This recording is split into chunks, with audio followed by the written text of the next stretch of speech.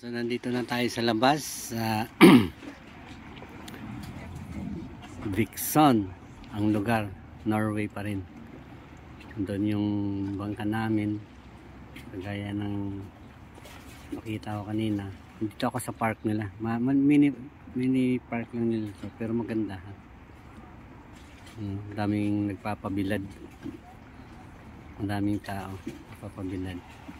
Grabe yung lugar, ang ganda, kakaiba rin.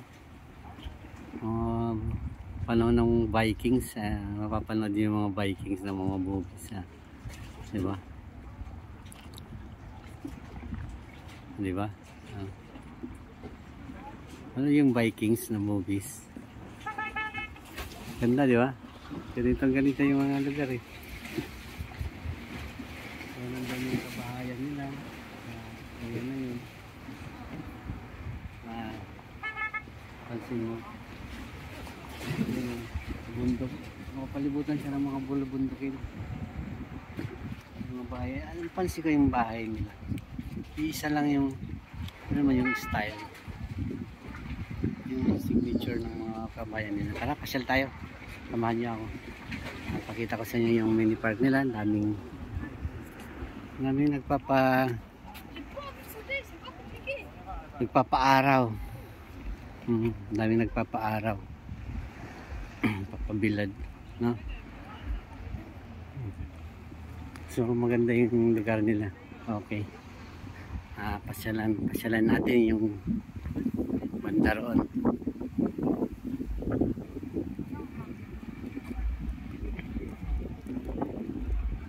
Pasyalan natin yung banda doon, no?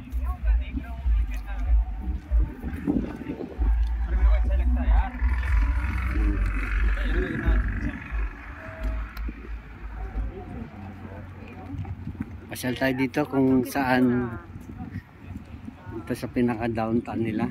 Pasyalan natin, no? Samahan niyo ako. Sila dyan ang mga tambay. Gandang kabayan niya naman. Hangin, tapos sa malamig ang simoy ng hangin. May araw naman. Blend yung lamig at saka medyo init. Alam mo yung tatlong weather, tatlong weather.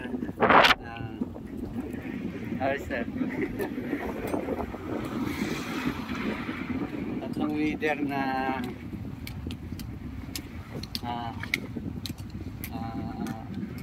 ano ba sabi, yung araw,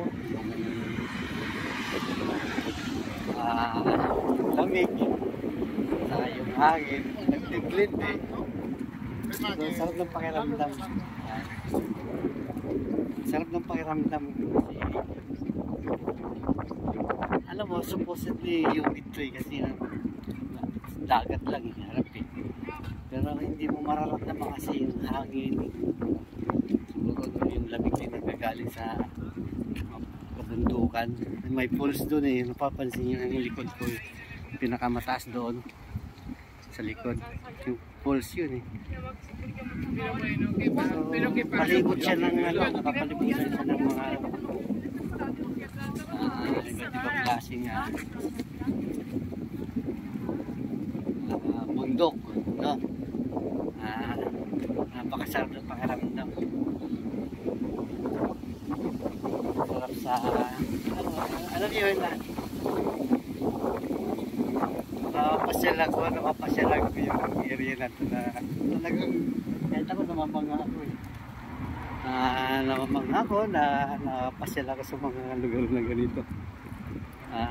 Laking probinsya ko, ang bahay ko nasa probinsya.